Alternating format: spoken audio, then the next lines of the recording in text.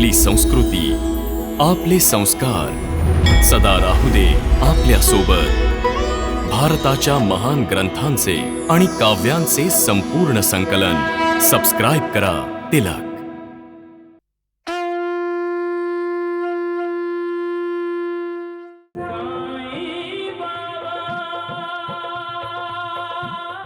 बाबा बाबा म्हाळसापती, नानावली, श्यामा. अरे मग काय झालं? बाबा, तो द्वारकामाईमध्ये द्वारकानाथचा कुटील साजेदार लपून छपून घुसला होता. मी त्याला पकडलं सुद्धा. पण तो पळून गेला बाबा. म्हणत होता की तो प्राप्तिकर अधिकारी आहे. तुम्ही हसताय साईनाथ. हसण्यासारखीच गोष्ट आहे म्हाळसापती. द्वारकामाईमध्ये चोर काय चोरायला येईल? तिथं आहेच काय चोरण्यासारखं? ती वीट जी मी उशाला घेतो, का ती जळणारी धुनी, का मग ती विभूती? चोर चोरी पण करेल तर कशाची? माझ्या झोळीची. इथं त्याचं काय काम साईनाथ? माझ्या संपत्तीची मोजणी करायला आला असेल. येऊ दे त्याला. त्याला मोजणी करायला लागेल माझ्या भक्तांची, माझ्या भक्तांच्या प्रार्थनेची. हो बाबा, खरं सांगायचं तर तो दुर्भाग्यशाली होता ज्याला तुमचं दर्शन नाही झालं. त्याच्या नशिबात रिकामी द्वारकामाई होती. लक्ष्मी बेटी, द्वारकामाई ना कधी रिकामी होती ना कधी रिकामी राहील. या विश्वात मी असेन किंवा नसेन, माझं अस्तित्व या द्वारकामाईमध्ये नेहमीच निवास करेल. सबका मालिक एक. वैद्य बुवा, हे राम राम राम. अरे मूर्ख, का ओरडतो आहेस? काय झालं? असा पळत का आलास? हा, लपण्याची जागा शोधतो आहे. अरे मूर्ख, का? त्या नानावलीने आयकर अधिकाऱ्याला पकडून मारलं. हो. आता मी तुला पकडून मारायला आलो आहे द्वारकानाथजी. तोंड सांभाळून बोल नानावली. हे बघ नानावली, तू तुझी मर्यादा ओलांडतो आहेस. माझ्या परवानगी शिवाय तू माझ्या घरात प्रवेश करू शकत नाहीस, समजलास? वैद्य बुवा, आता तुमची शिर्डीतनं बाहेर जाण्याची वेळ आली आहे. कोण आहे जो माझ्या वैद्यबुवांना शिर्डीतून बाहेर काढेल? शिर्डीची पंचायत. म्या बोलवीन पंचायत. आणि समद्यासनी हे विचारेन की द्वारकानाथसारख्या शैतानाला वैद्य बुवांनी आपल्या घरात का बसवून ठेवलंय ते. जर वैद्य बुवांनी द्वारकानाथजींना आपल्या घरात बाहेर काढलं नाही तर वैद्य बुवांना शिर्डीतनं बाहेर काढलं जावं. बाईजाबाई, तू आपल्या मर्यादेपेक्षा पुढे जात आहेस, समजलीस? आता तरी सुधरा. अरे राम राम. अरे सत्यानाश होऊ दे तुझा. काय बोलला हा द्वारकानाथ? मला तर नाही समजलं वैद्य बुवा, पण चिडवत होता माकड. वैद्यबुवा म्हणणं मान्य करा. साथ सोडा, नाहीतर माकडं, कुत्रे, गाढवं सगळे तुम्हाला चिडवून जाते. बरोबर बोललास तू. ये घे. सारखं सारखं समजावून सांगून पण ज्याला समजत नाही तो अज्ञानी नसून अहंकारी आहे. झोपलेल्याला आपण जागे करू शकतो, जागा असणाऱ्याला आपण कसं उठवणार? ज्ञानी असूनही जो विनम्र नाहीये तो ज्ञानी नाही, अहंकारी आहे. विनम्र तोच आहे ज्याला जरा सुद्धा अहंकार नाहीये. अहंकार माणसाला उन्मत्त बनवतो. अहंकारामुळे तो स्वतःला महान समजतो आणि दुसऱ्यांना तुच्छ. अहंकारच माणसाच्या आतल्या मीला जाग करत असतो आणि माणूस म्हणू लागतो मी मी मी. मीच सगळं काही आहे, मीच हे सगळं केलं आहे. अहंकार जेव्हा माणसावर हावी होतो तेव्हा माणूस आपल्या आतल्या मीला विसरून जातो. हा मी कोण आहे हे सत्य जाणून घेऊन तू स्वतःमध्ये आणि सर्व प्राण्यांमध्ये माझं दर्शन करा. हे लक्षात ठेवा की सगळं विश्व मीच व्यापलं आहे. जेव्हा तुम्हाला याचा साक्षात्कार होईल तेव्हा तुम्ही कुणाला कष्ट, पीडा, दुःख पोहोचवणार नाही. कारण ज्यावेळी तुम्ही दुसऱ्यांना कष्ट देत असता त्यावेळी प्रत्यक्षात तुम्ही मलाच कष्ट पोहोचवत असता. सबका मालिक एक. द्वारकानाथजी, मी बघितलं आहे की जितकं पण धन जमा होतं साईबाबा ते आपल्या जवळ ठेवत नाहीत. साईबाबा सगळं धन वाटून देतात.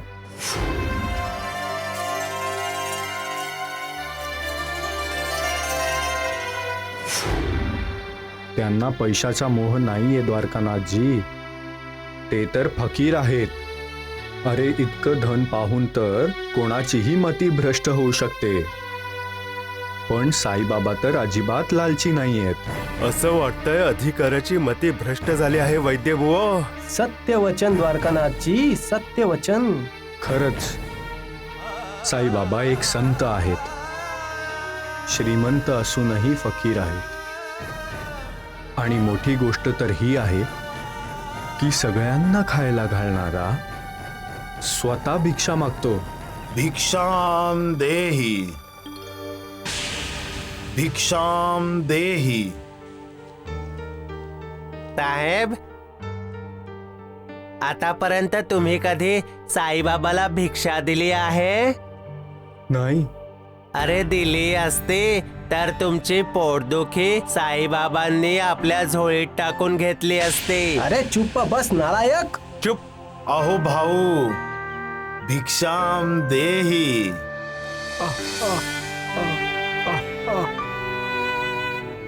मी जेव्हा द्वारका माईला गेलो होतो तेव्हा माझ्या पोटाचं दुखणं नाहीसं झालं होतं. आता भिक्षा देऊन बघतो, कदाचित दुखणं नाहीच होईल. अरे साई कथा अनंत है, साई नाम अनमोल, जन्म सफल हो जाएगा, साई साई बोल. सुख धाम धन धाम, साई राम साई श्याम, गुण धाम यश धाम, साई राम साई श्याम. ओ भक्त वत्सल दीन बंधु बाबा तुझे प्रणाम, साई बाबा तुझे प्रणाम, साई बाबा तुझे प्रणाम.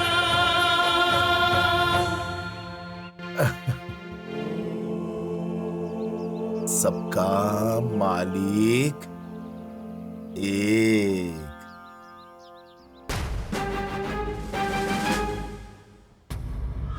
काय झालं डॉक्टर साहेब? तुम्ही सारखा सारखा हा नवा आणि जुना अहवाल का बघताय? हो, राम राम राम. तुम्ही अस्वस्थ पण दिसताय. अस्वस्थ होण्यासारखी गोष्ट हीच आहे की जुन्या अहवालात जो अल्सर दिसतो आहे तो नवीन अहवालात कुठंच दिसत नाहीये. आता हा अल्सर नाहीसा कसा झाला हा तर चमत्कार आहे. नक्कीच साईबाबांनी केला असेल. जय साईनाथ. चुप. मला क्षमा करा साईबाबा, मला क्षमा करा. अरे राम राम. अरे अरे आयकर अधिकारी कुठे गेले? माहिती नाही.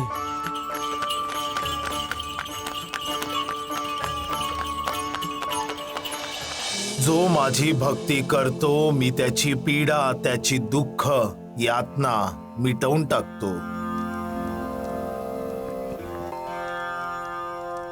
सगळ्या पापांपासून ज्याला मुक्ती हवी आहे तेच माझी भक्ती करू लागतात. अहंकाराचा त्याग करून जो कुणीही द्वारकामाईमध्ये येतो मी त्याचाच होऊन जातो. कोणी कितीही पीडित आणि दुःखी का असेना, इथं द्वारकामाईला येऊन तो सुखी होतो. ही द्वारकामाई परम दयाळू आहे. आपल्या मुलांच्या सगळ्या दुःखांचा पीडांचा नाश करते.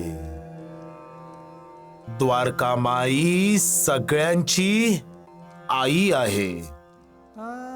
जो हिच्या छत्रछायेमध्ये विश्राम करतो त्याला आनंद आणि सुखाची प्राप्ती होते. इथं बसून मी कधीही असत्य बोलत नाही. माझे शब्द कधी असत्य नसतात.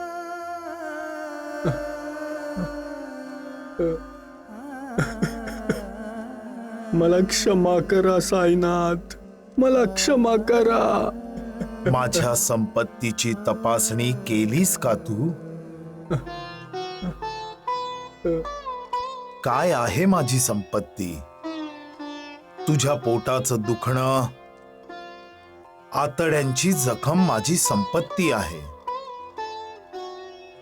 लक्षात ठेव, मी यावर पण कर भरतो, सारा देतो. मी तुझ्यासारख्या लोकांची विवंचना, दुःख, यातना संपून जाण्यासाठी देवाला प्रार्थना करतो. प्रार्थनाच माझा सारा, माझा कर आहे. तुझे अश्रू माझी संपत्ती आहे. पश्चात्तापानंतर तुझं शुद्ध झालेलं अंतःकरण माझी संपत्ती आहे.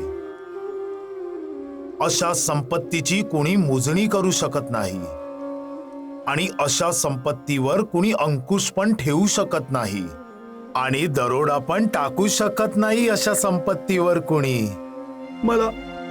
मला क्षमा करा साईनाथ, मला क्षमा करा. आता मी कोणाचं सांगणं ऐकणार नाही. तुम्ही खरोखरच अनाथांचे नाथ आहात, भक्तांचे उद्धारक आहात, सगळ्यांचे तारणहार आहात, आमच्या दुःखाचे निवारक आहात, आमच्या सगळ्यांचे देव आहात.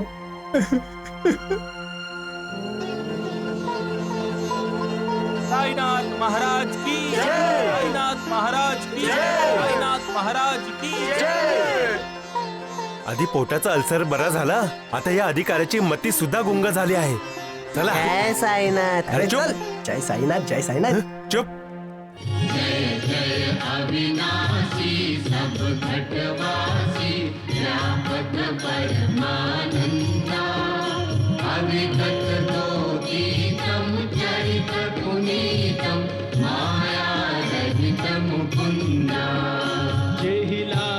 विरागी अति अनुरागी विगत मोह मुनि वृंदा निसी बासर ध्यावहि गुणगण गावहि जयति सच्चिदानंदा. जयति सच्चिदानंदा, जयति सच्चिदानंदा, जयति सच्चिदानंदा.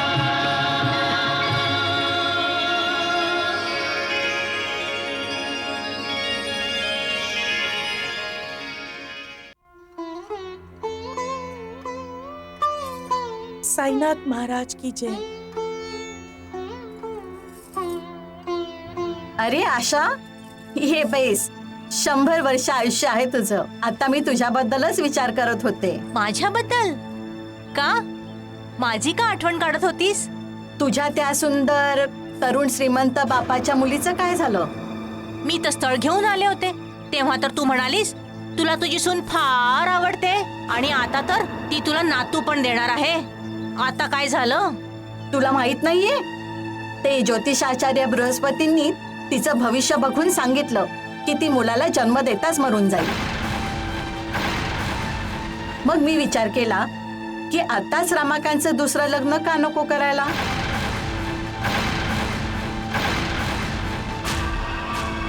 बरोबर बोलतेस. मी मुलीकडच्यांशी बोलते. हा, भलं होऊ दे तुझं. ओ सुनबाई, कुठे मेलीस? अरे आशासाठी लाडू घेऊन ये.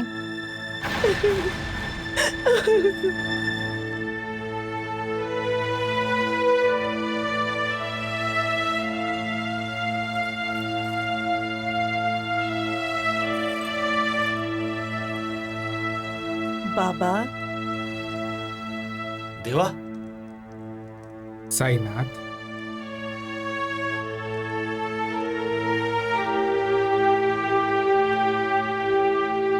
तुमच्या दर्शनासाठी ज्योतिष आचार्य बृहस्पती आले आहेत.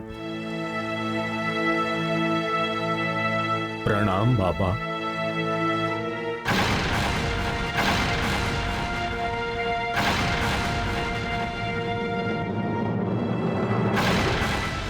ताई, मी कधीही खोटं बोलत नाही. मुलाला जन्म देताच तुझ्या सुनेचा मृत्यू होईल.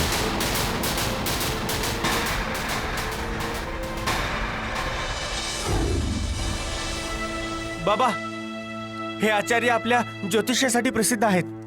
हो, त्यांचा दावा आहे की त्यांनी सांगितलेलं भविष्य कधीच खोटं झालं नाहीये. साई बाबा, मी तुमच्या हातांच्या रेषा वाचू इच्छितो. जे दुसऱ्यांचं भविष्य आहेत आचार्यजी, तुम्ही त्यांचं भविष्य बघणार. अरे वा, फारच जबरदस्त हिंमत आहे तुमची. तुम्ही माझी इच्छा पूर्ण नाही करणार का बाबा? मी इथं प्रत्येकाला आनंद द्यायला आलो आहे. जर माझा हात बघून तुला आनंद मिळणार असेल तर बघ माझा हात.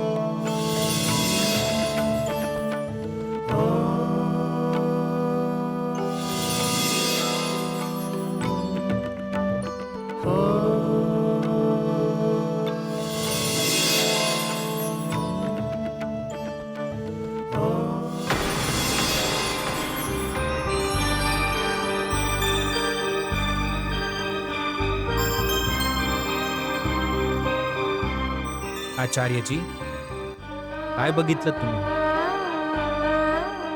आचार्यजी, तुम्ही कुठे चालला आहात? बाबांचं भविष्य तर सांगा. आचार्यजी, बाबाच्या हातच्या रेषा काय सांगताहेत? बोला ना.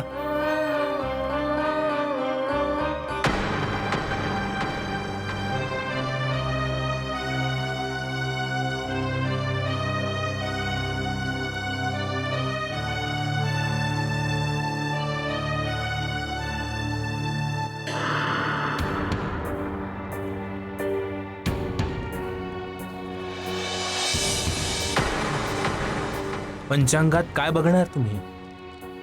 संपूर्ण सूर्यग्रहण कधी आहे ते बघतोय मी. मी सांगतो तुम्हाला, संपूर्ण सूर्यग्रहण उद्या आहे. तुम्ही काही बोलत का नाही आचार्य? बाबांच्या हाताच्या रेषा काय सांगताहेत? मला खोटं बोलायचं नाहीये. मग खरं सांगा. द्वारका माईमध्ये बसून ना मी कधी खोटं बोलतो ना कधी कुणाला खोटं बोलू देतो. तू खरं खरं सांग, माझं भविष्य काय आहे? म्हाळसापतीजी, जेव्हा संपूर्ण सूर्यग्रहण होईल तेव्हा साई बाबा नसतील. उद्याचा दिवस यांच्या जीवनाचा अंतिम दिवस असेल.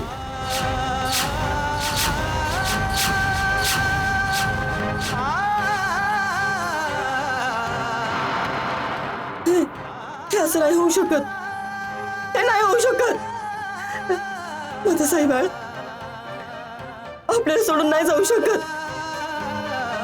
नाही जाऊ शकत. माझं साईबाळ मला सोडून नाही जाऊ शकत.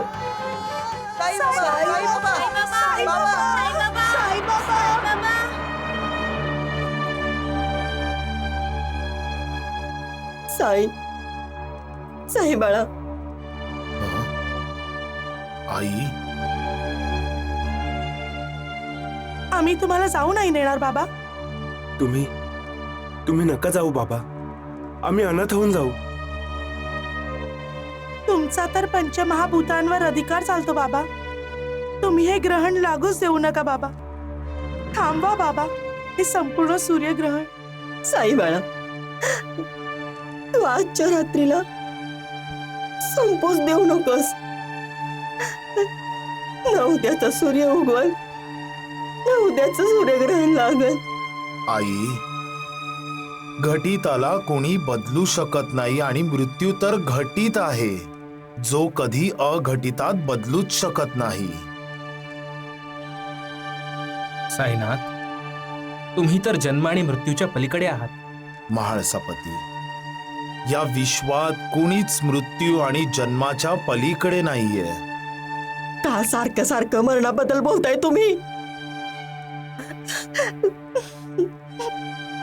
देवा, का परीक्षा घेताय तुम्ही आमची? का?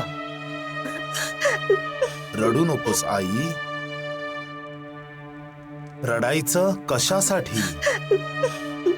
जेव्हा आपल्या सगळ्यांना माहिती आहे की जन्माला येणारी प्रत्येक गोष्ट एक ना एक दिवस नष्ट होणार आहे, तर मग शोक कशासाठी?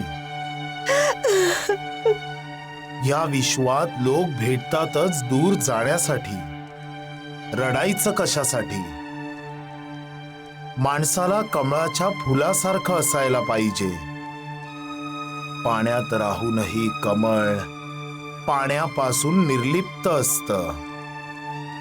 माणूस सुद्धा निर्लिप्त होऊन जाईल जर त्याला कुठलंच दुःख, कुठलाच शोक होणार नाही.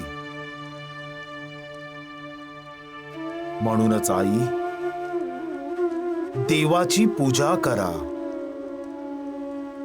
त्याची आराधना करा. कल्याण होईल तुमचं. साई, आमचा देव तर तूच आहेस. श्यामा, दिवस मावळतो आहे.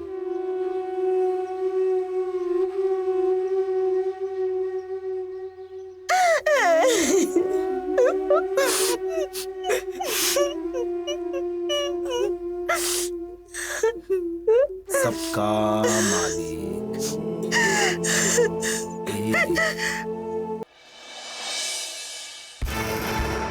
रात्र झाली आचार्य बृहस्पतीजी. हो, सृष्टीचा दिनक्रम कधी कुणासाठी थांबत नाही द्वारकानाथजी. राम राम राम. ह्याचा अर्थ ह्या रात्रीची पण सकाळ होणार. अवश्य होईल. अजून काय? सूर्यग्रहण पण होईल आचार्यजी. मी तुमच्या मनातली गोष्ट समजली आहे. शिर्डीचा प्रत्येक पुरुष, प्रत्येक स्त्री, प्रत्येक मूल माझ्या सांगितलेल्या भविष्यामुळे त्रासलेला आहे. पण माझ्यावर विश्वास ठेवा, आजपर्यंत मी कधीच कोणाचं भविष्य चूक किंवा खोटं नाही सांगितलं. निसंदेह, निसंदेह. मी साईबाबांचं जे भविष्य सांगितलं आहे ते सत्य आहे आणि तेच होईल. मी सुद्धा शिर्डीत यासाठी थांबलो आहे की मी स्वतः सांगितलेल्या भविष्याला सत्य होताना बघू शकेन.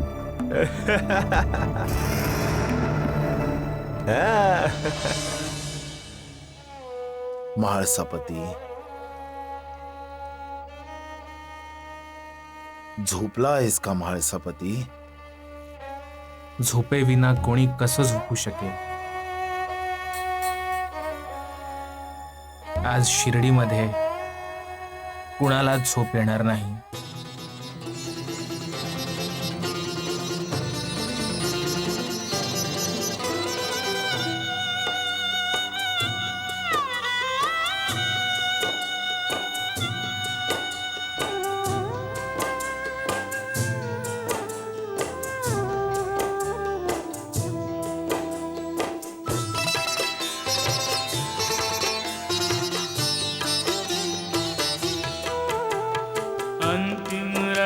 का प्रहर है अंतिम, बची है अंतिम आशा। सूर्य निकल आया तो छा जाएगी घोर निराशा। मान न जाए भक्तों का, देखे नहीं दुष्ट तमाशा। मन ही में रह जाए न तेरे दर्शन की अभिलाषा। असं वाटतंय साईनाथ काय वाटतंय म्हाळसापती? की माझी शेवटची रात्र आहे तुमच्या सोबत. म्हाळसापती, तू ज्ञानी आहेस, हे का विसरतोस की जिथे अंत आहे तिथे नवीन सुरुवात आहे? मी कुठं चाललो आहे? मी तर नेहमीच या द्वारकामाईमध्ये निवास करेन. मी नसलो तरी माझं अस्तित्व माझ्या भक्तांना सदैव मार्गदर्शन करत राहील.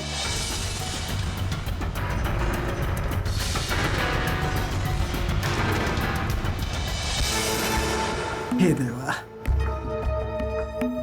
द्वारकानाथजी, तुम्ही इथे काय करताय? प्रतीक्षा करतो आहे वैद्यबुवा, सूर्याच्या उगवण्याची प्रतीक्षा. कारण ह्याच सूर्योदयासोबत साईचा अंत होईल आणि मग आपला भाग्योदय. आपला भाग्योदय. भाग्योदय.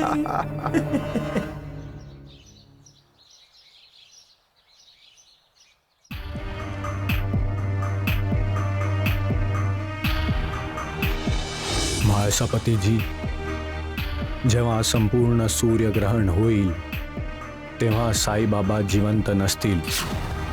उद्याचा दिवस त्यांच्या जीवनाचा शेवटचा दिवस असेल. साईनाथ, साईनाथ, साईनाथ, साईनाथ, साईनाथ, साईनाथ, साईनाथ, साईनाथ, साईनाथ, साईनाथ, साईनाथ. बाबा, बाबा, साई बाळा, साई बाबा, साईनाथ, साई, साई बाबा, साई बाळा, साईनाथ, साई बाबा, साई बाबा, साई बाबा, साई बाबा, साई बाळा, साई बाबा, साई साई बाबा, साई. ऐकलात का वैद्यबुवा तुम्ही? धोंडूने काय सांगितलं? तो साई बाबा द्वारका माई मध्ये नाहीये, तो पळून गेला. बाईजाबाईनं तुम्हाला धमकी दिली होती ना? हो, पंचायत बोलवून ती मला शिर्डीतून बाहेर काढणार होती. आणि ज्या कारणामुळे ती तुम्हाला शिर्डीतून बाहेर काढणार होती, तिचा तो साई बेटा स्वतः आपोआपच शिर्डीतून बाहेर गेला आहे. राम राम राम. पण बृहस्पतींनी सांगितलेलं भविष्य कधी खोटं होत नाही वैद्यबुवा. जेव्हा संपूर्ण सूर्यग्रहण होईल तेव्हा साई बाबा राहणार नाही द्वारकानाथजी. बघत राहा वैद्यबुवा, बघत राहा. संपूर्ण सूर्यग्रहण होणारच आहे.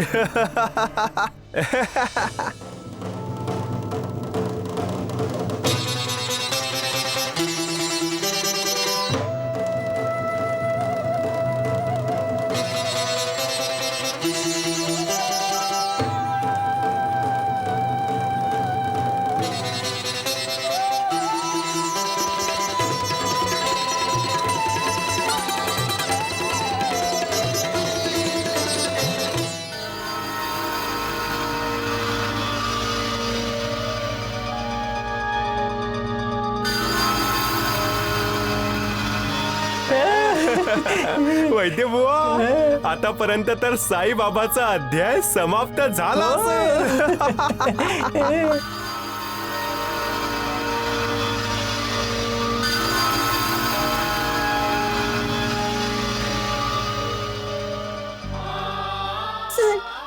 बाबा, माझा पतीजी, माझा साई बाळ कुठे? माळसापतीजी, माझं साईबाळ कुठे? सांगा ना, माझं साईबाळ कुठे? माझं साईबाळ कुठे? सांगा ना, माझं साईबाळ कुठे? माझं साईबाळ कुठे? माझं साईबाळ कुठे? माझं साईबाळ कुठे? तुमची भविष्यवाणी 16 आणि सत्य ठरली आचार्यजी. राम राम राम. संपूर्ण सूर्यग्रहण होताच साईबाबा गेले. संपूर्ण शिर्डी त्याचा शोक करते आहे. म्हाळसापती, आता ही द्वारकामाई अशी वाटते आहे जसं देवाशिवाय मंदिर. हे निर्जीव शरीर काय कामाचं म्हाळसापती? आपला आत्मा तर आपल्याला सोडून निघून गेलाय. लक्ष्मी, आता आपली शिर्डी पोरकी झाली ग. साई बाबा, साई बाबा, जय साई बाबा, जय साईनाथ.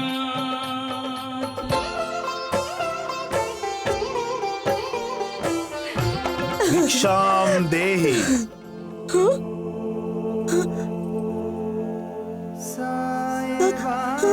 भिक्षाम देहि आई. साई साई साई साई भिक्षाम साई देहि. साई साई साई बाळा. अरे साईबाबा आले गाववाल्यांनो. अरे कुठे आहात तुम्ही लोक? चंदू, अरे साईबाबा आले. द्वारकानाथजी, ते अरे मूर्ख, का ओरडतो आहेस? काय ते करतोय? आले. अरे कोण आले? साईबाबा. साईबाबा जिवंत आहेत. अरे तू शुद्धीवर तर आहेस? मी तर शुद्धीवर आहे, पण आता आचार्य बृहस्पतीजींची शुद्ध हरपेल. माहिती नाही काय काय हरवेल. धोतर, कुर्ता, पायजमा सगळंच. त्यांची भविष्यवाणी खोटी ठरली. सूर्यग्रहण तर झालं, आता नानावली सारखा राहू केतू यांना गिळंकृत करेल. अरे चुप्प बस मूर्खा, नाही तर हा शनी प्रसन्न होईल तुझ्यावर, समजलास?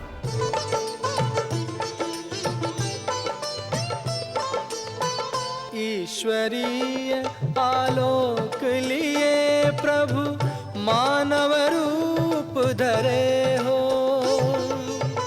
चमत्कार ही चमत्कार से तुम संपूर्ण भरे हो. चमत्कार ही चमत्कार से तुम संपूर्ण भरे हो.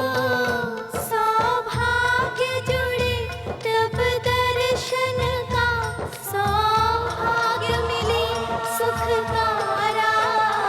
ओम जय साईनाथ, जय साईनाथ. आदिनाथ तुम्हारा, तुम्हें श्रद्धा नमन हमारा. धरती पर रहकर प्रभु तुमने तन अंबर तक विस्तारा. ओम जय साईनाथ, जय साईनाथ. आदिनाथ तुम्हारा, तुम्हें श्रद्धा नमन हमारा.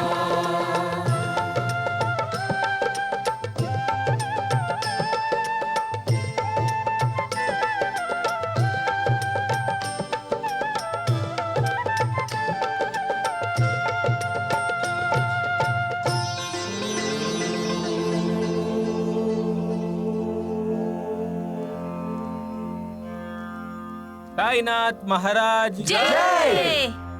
साईनाथ महाराज की जय. लक्ष्मीची आई, साईबाबा, अजूनही तुला शिर्डी पोरकी वाटतेय का? श्यामा, तुझा आत्मा आता तुझ्या शरीरात परत आला की नाही? असं नाटक परत करू नका देवा. आमचा तर जीवच निघून गेला होता. हो, कधी कधी नाटक करावं लागतं श्यामा. पाखंडी लोकांसाठी लीला रचाव्या लागतात. देव आपल्या सगळ्यांची आई आहे, सगळ्यांचा बाप आहे. पण स्वतःला बृहस्पती म्हणवणारा स्वतःला देवाचा पण देव बनण्याचा प्रयत्न करतो. अहंकारानं ग्रस्त होऊन हा बृहस्पती म्हणतो की तो कधी खोटं सांगत नाही. लोकांचं भविष्य सांगताना त्यांना घाबरवतो की उद्या त्यांचा मृत्यू होणार आहे. कुणाला सांगतो की मुलाला जन्म देताच ती मरून जाईल आणि सूर्यग्रहण होताच माझा मृत्यू होईल. अशा लोकांवर विश्वास ठेवायला पाहिजे का?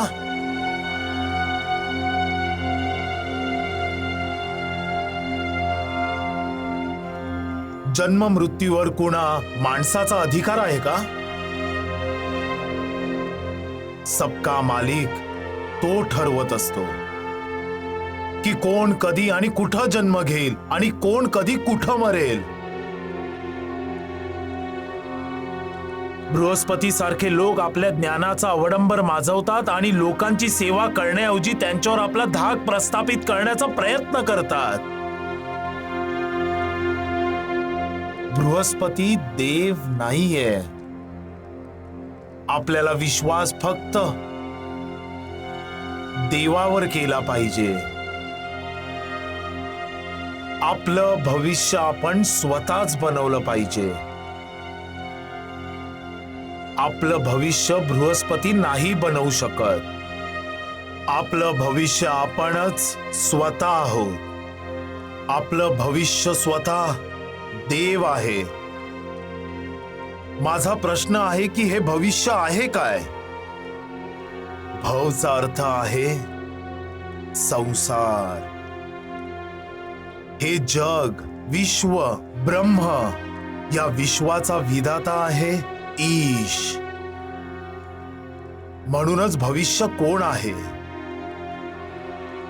तो विश्वाचा विधाता आहे.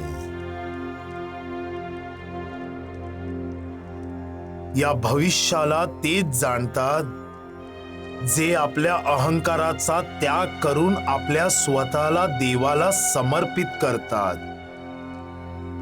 असे लोक परमयोगी असतात,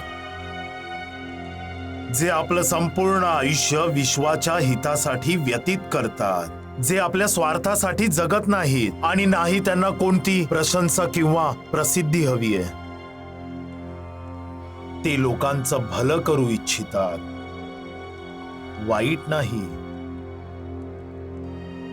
आणि जर वाईट होणार असेल तर त्यापासून कसं वाचवलं जाईल याचाच विचार करतात. कुणाला मृत्यूचं भय दाखवत नाहीत.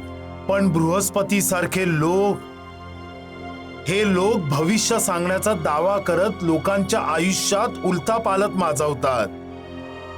अशा लोकांना समजत नाही की ते किती मोठा अनर्थ करतायत.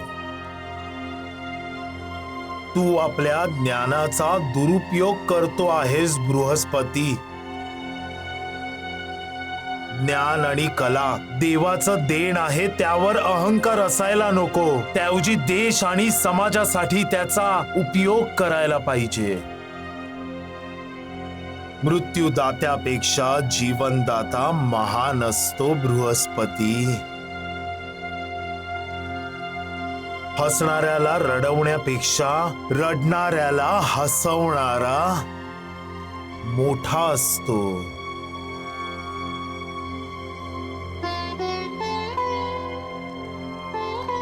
मला क्षमा करा साई बाबा.